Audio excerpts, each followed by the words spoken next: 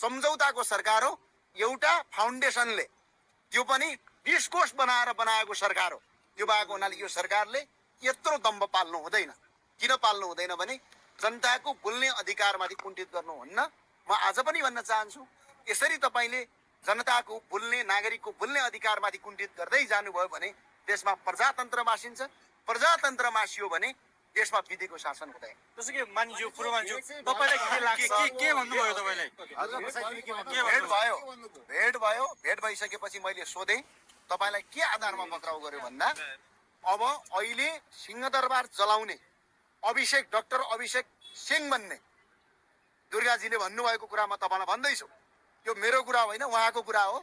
Doctor Abhishek Singh भन्ने जो आज के फाउन्डेसनको अध्यक्ष पनि बन्नु भएको छ, हिजो डाक्टर गोविन्द केसीको आन्दोलनको प्रमुख पात्र हुन्थ्यो उहाँले नै सिंहदरबार जलाएको भिडियो उहाँले हिजो सार्वजनिक गरेपछि सिडिओले तपाईलाई अब पक्राउ गर्नुपर्ने भयो, तपाईले भित्री कुरा खोल्नुभयो भनेर सिडिओले हिजो फोनमा संवाद गर्नुभएको थियो रे उहाँलाई।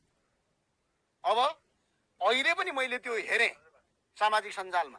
डाक्टर अभिषेक सिंह उहाँ हिजो गोविन्द केसीको आन्दोलनमा पनि सहभागी हुनुहुन्थ्यो। उहाँ प्रधानमन्त्री सुशीला कार्कीलाई डोर्याएर घर पुर्याउने मान्छे पनि हो रे आन्दोलनको बेला। उहाँका सबै स्ट्याटस हेर्दै जाने हो भने सिंहदरबार जलाउने मेन पात्र चाहिँ उहाँ हुनुहुन्छ, अभिषेक सिंह। किनकि उहाँले 2 दिन अगाडि नै संसद भवन जलाउनु पर्छ, सिंहदरबार जलाउनु पर्छ भनेर उहाँले लेखेका फेसबुक स्ट्याटसहरू अहिले पनि सुरक्षित छन्। उहाँलाई त्यस्तो भिडियो बाहिर ल्याएपछि चाहिँ पक्राउ गर्यो भनेर दुर्गाजीले अहिले भन्नुभएको छ। सरकारले कसलाई पक्रिनु पर्ने हो? सरकारले अहिले पक्रिनु पर्ने 23 गते 75 जना भन्दा बढी युवाहरूलाई हत्या गर्ने हत्यारालाई अहिलेको सरकारले पक्रिनु पर्ने हो। अहिलेको सरकारले पक्रिनु पर्ने वाइट बडीका घोटाला, एनसेलका घोटाला, एमजीका घोटाला, तपाईको आएर गिरिबन्धु टी स्टेटका घोटाला, ललिता निवास प्रकरणका घोटाला, भुटानी शरणार्थीका नाइकेहरू र अहिले पनि एयरपोर्टमा जाँदाखेरि 2-4वटा प्लेन तपाईले देख्नुहुन्छ। चाइनाबाट प्लेन ल्याउने 2 अर्ब भन्दा बढी रकम हालेर, चाइनाबाट चाहिँ प्लेन उडेर आउने, नेपालमा भएपछि त्यो प्लेनै नउड्ने थोत्रा प्लेन किनेर ल्याउने डाक्टर बाबुराम भट्टराईको नेतृत्वको सरकारलाई पक्राउ गरेर छानबिन गर्नुपर्ने हो यो सरकारले। तर यो सरकारले तिनीहरूलाई छुन पनि सक्दैन, उनीहरूको आसपास जान पनि सक्दैन। भ्रष्टाचारीलाई तपाईको उनीहरूको भ्रष्टाचारीलाई ल्याएर बयान पनि दिन सक्दैन। तर स्वतन्त्र नागरिकले अभिव्यक्ति दिएकै आधारमा पक्राउ गर्ने हो भने भोलि यो देशमा कसैले पनि बोल्न पाउँदैन, कसैले पनि प्रश्न गर्न पाउँदैन। र अहिले सुशीला कार्कीको सरकारलाई मेरो अपिल छ, नागरिकको स्वतन्त्र अभिव्यक्ति दिने मुद्दामाथि चाहिँ सरकारले यसरी कुनै पनि सरकारले यसरी तपाईको अभिव्यक्ति स्वतन्त्रतामाथि त कुठाराघात गर्न पाइँदैन।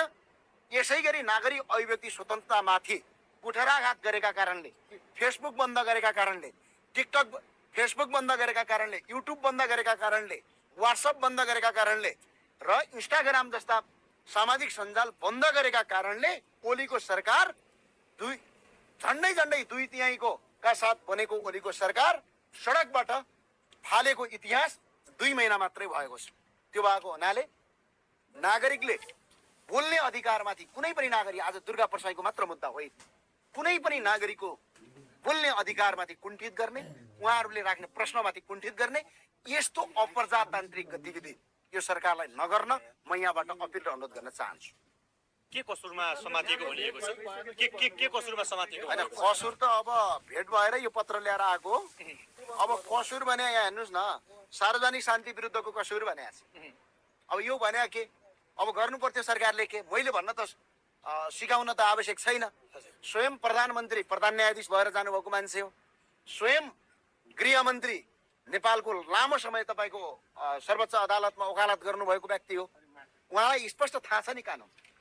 यदि तपाईको कसैको शान्ति असुरक्षा भएको हो भने या सरकारलाई त्यस्तो कुरा लागेको हो भने उसले अदालतमा गएर पहिला मुद्दा दायर गर्ने, मुद्दा दायर गरेर अदालतले यदि उहाँलाई दोषी ठहर गर्छ कुनै पनि व्यक्तिलाई भनेपछि त्यसपछि पक्राउ गर्ने हो।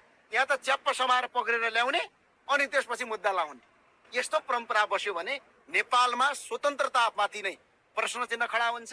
नेपालमा कुनै पनि पत्रकारले आफ्नो अभिव्यक्ति राख्न